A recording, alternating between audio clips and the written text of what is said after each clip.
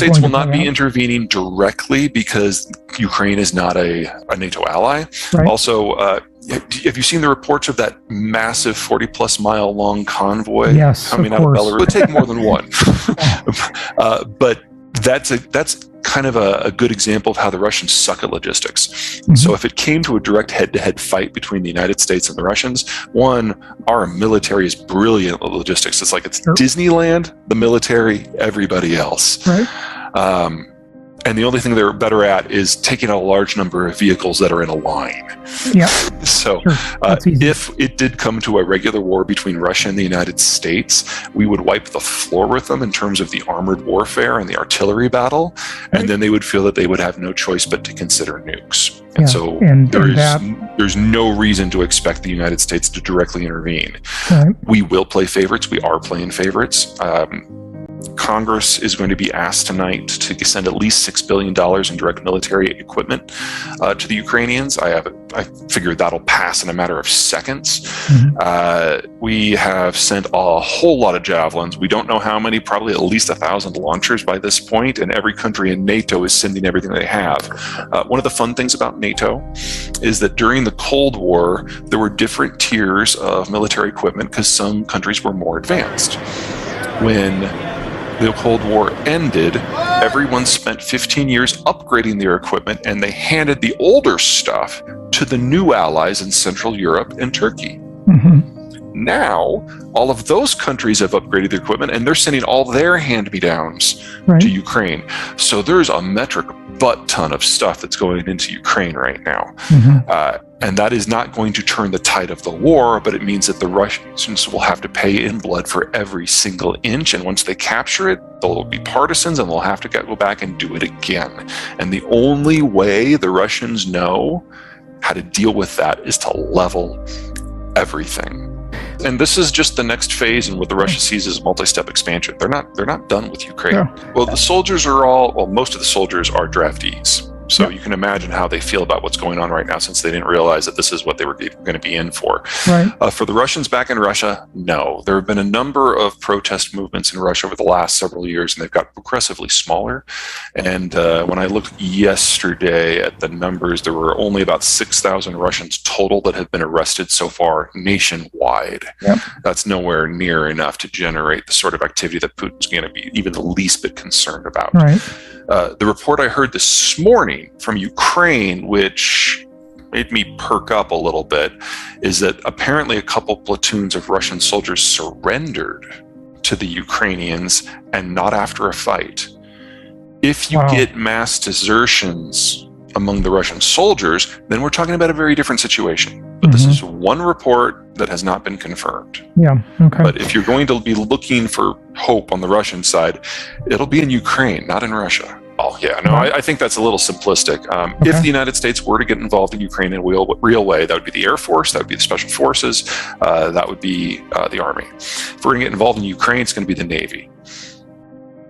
It's an island. Yeah, it's just basic military math. I also don't think that the Chinese are itching to go, because if the Chinese did, the war would look very different from Ukraine. So in Ukraine, Russia holds all the mid and long-term advantages here. More equipment, more men, a self-sustaining system at home. China is 100% dependent upon international trade as maintained by the American-led globalized order. Right. And if they try to throw a wrench in that, they lose access, because we'll just put a couple of destroyers out in the Indian Ocean and cut the energy line. 3 months later, the buses stop running because they run out of fuel. 3 months after that, the power goes out.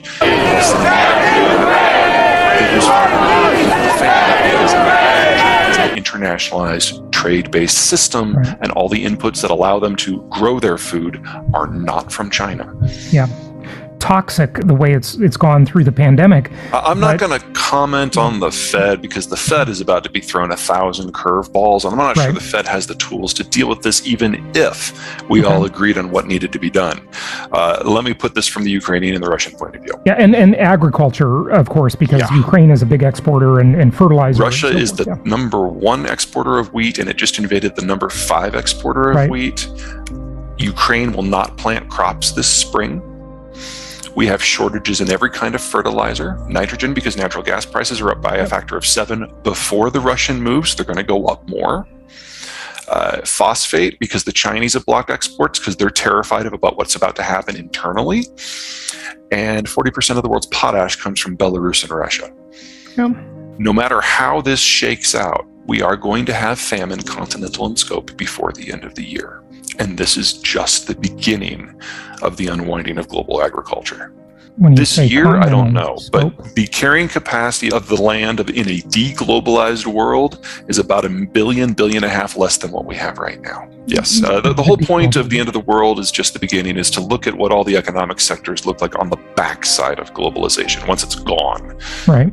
So remove all the structures that have allowed us to build and grow to where we are. What happens when they're just not there anymore? And it's different for every sector. It's different for every region. But agriculture is by far the chapter that gives me the most nightmares.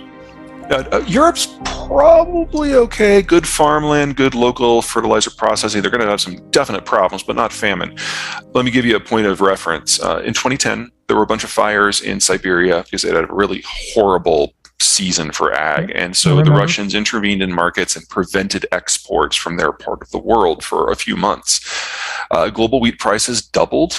Global wheat prices tripled in some of the places that used to rely on Ukrainian, Kazakh, and Russian wheat. And that triggered a series of uprisings and coups and wars that we now know as the Arab Spring. And that was from a partial disruption, not a complete disruption. Yeah. And that had nothing to do with fertilizer. Fertilizer just flowed fine. Mm-hmm. What we're dealing here is at least a factor of 6 bigger than that. Wow.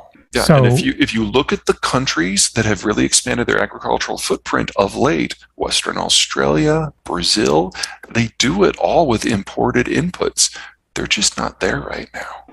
Oil and gas, oil and gas, oil and gas. I mean, I realize that's a little redundant. Meaning up. Right? Yeah, exactly. Yeah. Well, we're going to lose the world's second largest exporter of oil and largest exporter of natural gas. Mm-hmm. Because no matter how this war goes, either the Russians are going to use it as leverage, or the Ukrainian partisans are going to go after the infrastructure, or the Turks aren't going to let it through the Turkish Straits because they've activated the Montreux Treaty, or the Europeans are going to do sanctions, or the Americans are going to. No matter how this goes down, Russia stops shipping energy west. Yeah. The United States is still a net exporter by a significant margin. We export over 3 million barrels a day of refined product. So while I'm not exactly thrilled with some of the things the Biden administration has done on energy policy, he'd have to do a whole lot more damage to actually impact the bottom line. My concern moving forward is that in a world where the Russians cease to be a player, and oil prices skyrocket because it's a globalized market, the U.S. president has the power granted by the 2015 Energy Omnibus Bill to end American energy exports with the stroke of a pen, which means that we'll be fine. Yep. But then the world would lose access to American energy and Russian energy at the same time. They would and that's where everything else breaks. That's one of the ways everything else can break down very quickly. Yeah, it really is.